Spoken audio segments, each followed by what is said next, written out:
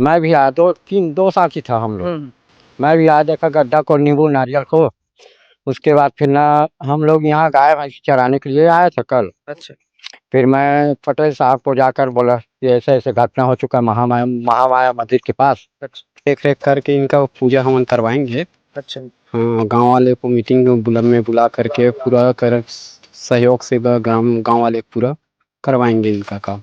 अच्छा, कोर्ट है काकर ऊपर कर ले गाँव में ओकरो ऊपर का तो दुश्मनी हो जाए। सब सीधी बात है, ऐसे वो तंत्र मंत्र वाले आदमी यही से कर सके थे। तो आजकल देश दुनिया में एक से बढ़कर एक तंत्र विद्या और सिद्धि करने वाले कई लोग मौजूद होते हैं, और ऐसी एक घटना आज बरदुली में हुआ है, जहां पर तंत्र विद्या और सिद्धि करके लोग करीब 6 फीट के गड्ढा यहाँ पर खोदे हुए हैं। देख सकते हैं किस प्रकार से यहाँ पर लींबू, कुंवारी धागा, और यहाँ पर जो बरदुली का जो मुक्ति धाम है, यहाँ पर मुक्ति धाम को पूरी तरीके से खंडित करने का जो अज्ञात लोगों ने पूरा प्रबंध, अब जो महामाया है उसको पूरी तरीके से खंडित करने का जो प्लानिंग कर आए थे, लेकिन उनका जो प्लानिंग था वो पूरी तरीके से पानी फेर गया। आपको बता दूं कि किस प्रकार से देख सकते हैं कि किस प्रकार से यहाँ पर जो 6 फीट का गड्ढा खोदा गया है, किस प्रकार से खोदा गया है। ये तो एक आदमी का काम नहीं हो सकता, बल्कि 4 से 5 और उससे भी ज्यादा हो सकता है, क्योंकि कोई देख रेख करता है तो कोई फावड़े से खुदाई करता है। ऐसे कई तमाम घटनाएं सामने आ रहे हैं, और ऐसा कई लोगों के ऊपर भी लोगों का संदेह जा रहा है, परंतु जो व्यक्ति उनके ऊपर निशानदेह जैसे चिन्हांकित तो नहीं हो पा रहे हैं। ऐसे आइए हम जो गांव के तमाम व्यक्ति हम उनसे चर्चा करते हैं किस प्रकार से यह घटना हुआ। क्या नाम है भाई साहब आपका? मनोज मानिकपुरी। जी मनोज जी, आप यहाँ जब मुक्ति धाम में पहुंचे, कैसे पता चला कि यहाँ पर तंत्र विद्या जादू टोना ऐसा पता चला, मेरा और एक साथी था। मैं मुक्ति धाम के पास बैठा था। अच्छा। वो यहाँ था। उसके बाद मेरे को आवाज मारा हाँ। कि आओ मामा इसी के। अच्छा। मैं भी आया, 2 साथी था हम लोग। मैं भी आया, देखा गड्ढा को, नींबू नारियल को। उसके बाद फिर ना हम लोग यहाँ गाय भैंस चराने के लिए आए थे कल। अच्छा। फिर मैं पटेल साहब को जाकर बोला कि ऐसे ऐसे घटना हो चुका है महामाया मंदिर के पास। अच्छा। कि आप गांव वाले को बता देना जी। फिर कोटवार से मुनियादी किया, और उसके बाद फिर पटेल साहब सुबह आकर 6 बजे गांव वाले के साथ पूरा जांच पड़ताल के लिए ना देख दुखा के फिर गए। जी आइए हम यहाँ के जो पटेल जी हैं हम उनसे भी बातचीत करने की कोशिश करते हैं। क्या लगता है महोदय, यहाँ पर किसी प्रकार के गांव की बिगाड़ने की कोशिश की गई? हाँ, ये गांव को बिगाड़ने की ही काम कर रहे हैं लोग। क्या है, हमारे पूर्वजों का इष्ट देव है। अच्छा। एक कम से कम 200 साल पुराना है ये।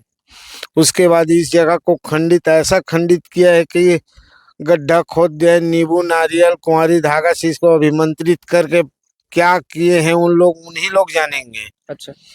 उसके बाद ना मैं गांव वाले को पूरा इकट्ठा करके फिर आया। उसके बाद पुलिस थाना पिपरिया को अपना इतला दिया, तो उन लोग आए। उसके बाद उन लोग चेक किए, अपना करे, फिर बताए कि फिंगर के बारे में बोले गांव लोग सब फिंगर निकलवाओ करके। अच्छा। अच्छा। तो फिंगर निकलता, मगर 24 घंटा से ज्यादा होने के कारण फिंगर नहीं निकल पाया। ऐसे करके पुलिस वाले अपन चेक किए, उसके बाद चले गए।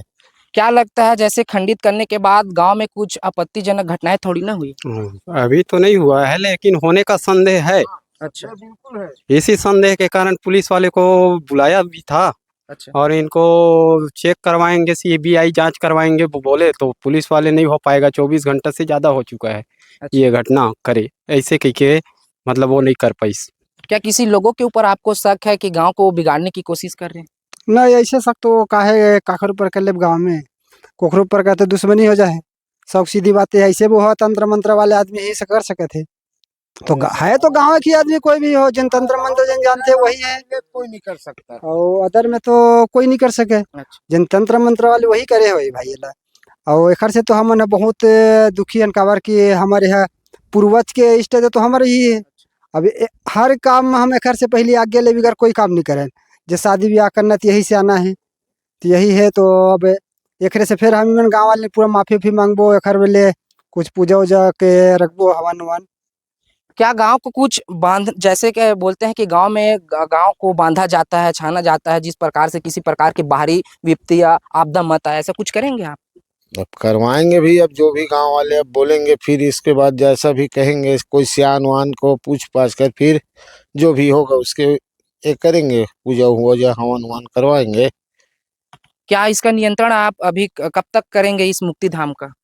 मुक्ति धाम नहीं है, महामाया मंदिर है। हाँ ये समझ में भैया, सामने मुक्ति धाम है, फिर महामाया मंदिर है नहीं। तो जैसे अभी खंडन हुआ है आपके गांव में, जादू तंत्र जो भी टोना टोटका हुआ है, हाँ, अभी देख रेख करेंगे नहीं अभी? अभी करेंगे ना, देख रेख करके इनका पूजा हवन करवाएंगे। अच्छा। हाँ, गांव वाले को मीटिंग में बुला करके पूरा कर सहयोग से गांव वाले पूरा करवाएंगे इनका काम। अच्छा, कोटवार क्या क्या गांव में बुनियादी किया है इसके बारे में भी? गांव कोटवार ने, मैंने कोटवार को बोला कि गांव में ऐसा ऐसा बात है, पहले गांव को इकट्ठा करो करके चिल्लाए, तो सुबह वो पूरा गांव वाले को इकट्ठा किए। अच्छा। फिर मैं बैठा रहा महामाया मंदिर, वहाँ पे महामाया है अपना दहियान में।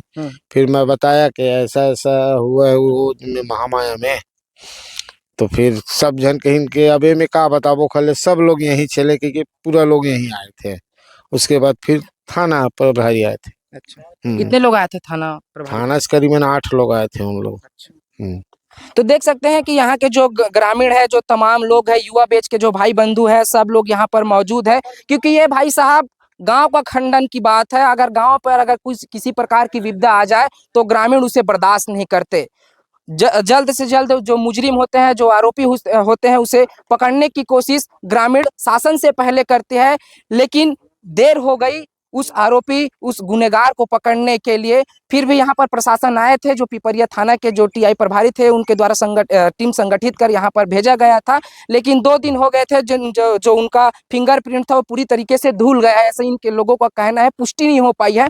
तो देख सकते हैं किस प्रकार से यहाँ पर चारों तरफ गोल घेरे में जो कुंवारी धागा है उनसे घेरा गया है, यहाँ पर गड्ढे की खुदाई की जा रही है।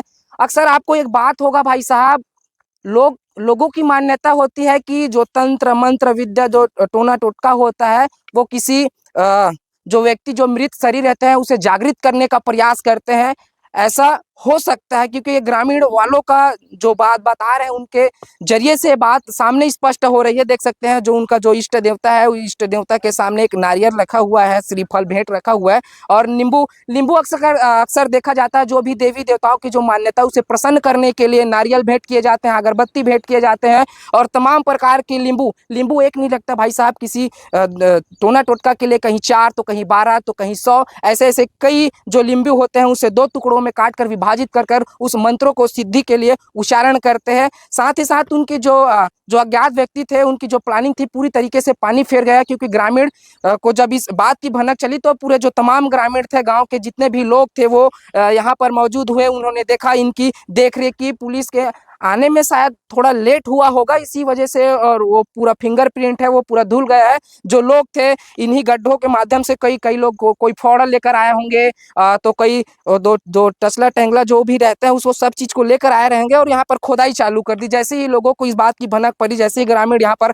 मुक्ति धाम में पहुंचते हैं, वैसे तत्काल जो अज्ञात आरोपी है या जिसके भाई बंधु साथी यहाँ पर मौजूद है, जो अपने गाँव की रक्षा के लिए, अपनी तत्परता के लिए डटे हुए हैं मुक्ति धाम में। कई लोग ऐसा होता है कि मुक्ति धाम में जाने से कतराते हैं क्योंकि यहाँ पर भयभीत रहता है, क्योंकि प्राचीन मान्यताओं के आधार पर यहाँ पर कई प्रकार के जो मृत आत्मा होते हैं भटकते रहते हैं, ऐसा कहता है। लेकिन मुक्ति धाम इसलिए बनाया जाता है क्योंकि उस भटकती आत्मा को मोक्ष की प्राप्ति हो।